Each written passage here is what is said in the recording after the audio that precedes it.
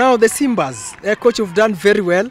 Played two Currie Cup matches here in Kenya. Yeah. Congratulations. We have beaten the two top South Africa, the Leopards, the Elephants.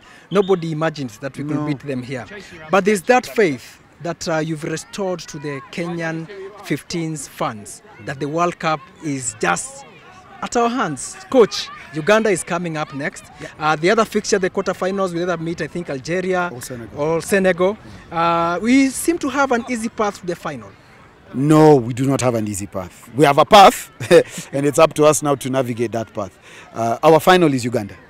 That is how we are approaching these qualifiers. Because if we don't beat Uganda, we're out.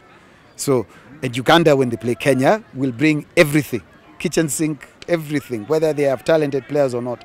So we are very clear that that Uganda game is our final. We'd rather even leave that game with half the team injured.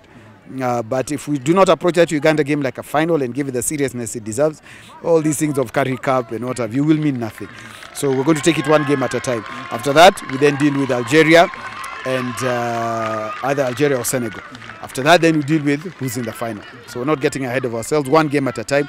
But this year, I think the team, as people watched at the RFA over the last 2 weekends, is coming together. We've had a good 2 months to prepare. We've played really high quality matches. We've managed to rotate players, but the structure and the system has stayed the same, which has always been a challenge for the Simbas. So I think we give credit to our chairman, the KRU, who stuck his neck out. And now it's to see, Alex. I'm happy that fans' faith is restored in the Simbas because the players play for them. Yeah, they do. They want to play for them. You saw the crowds, and the crowd cheers them and how excited they are. So we have a good chance. It's not a guarantee, but I think this time we do have a good chance. What did you do differently, coach? Because we saw against the Elephants, you are trailing massively. But now you turn things around, especially towards the second half. And the second half, the team picked up well. Especially calling Sinjera. Many people had rated him out. What do you think about his performance and scoring those tries, proving to Kenyans that he doesn't only play golf, but he can still get it? Doesn't only play golf. Kolo and I had a conversation early in the year, around January. And we just asked him, Kolo, do you still want to play? Do you think you can contribute to Kenya and make it the World Cup? He thought about it. He said, okay, coach, I'll give it a try. So he's been training with us since February.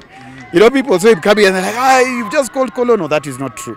So the only reason he didn't come to South Africa was because of work, commitments. And then the only reason he also didn't play against the Leopards was because of family matters that he had to deal with. So he's been in the system right through. And he's a fantastic rugby player. So why leave a talent like that out? Why leave such experience out from helping us out? Now, in the first half, we put ourselves under a lot of pressure. We made 4 mistakes, they scored 4 tries. But you know, when you play good teams, that's what happens. But we still made mistakes in the second half, but we made mistakes in the right part of the field. So that was it. The territorial battle was what it was about. And then you see Elephants had come to dominate with a big forward pack. You saw how big they were, powerful. And that's how they've dominated many teams in the Currie Cup. So once we were able to nullify that, then we were able to play. But I'm really pleased with how the team played. Mentally, that was a huge ask for us to come from 17-0 down. And that is the mental strength that we've got to take to France when we go to the qualifiers.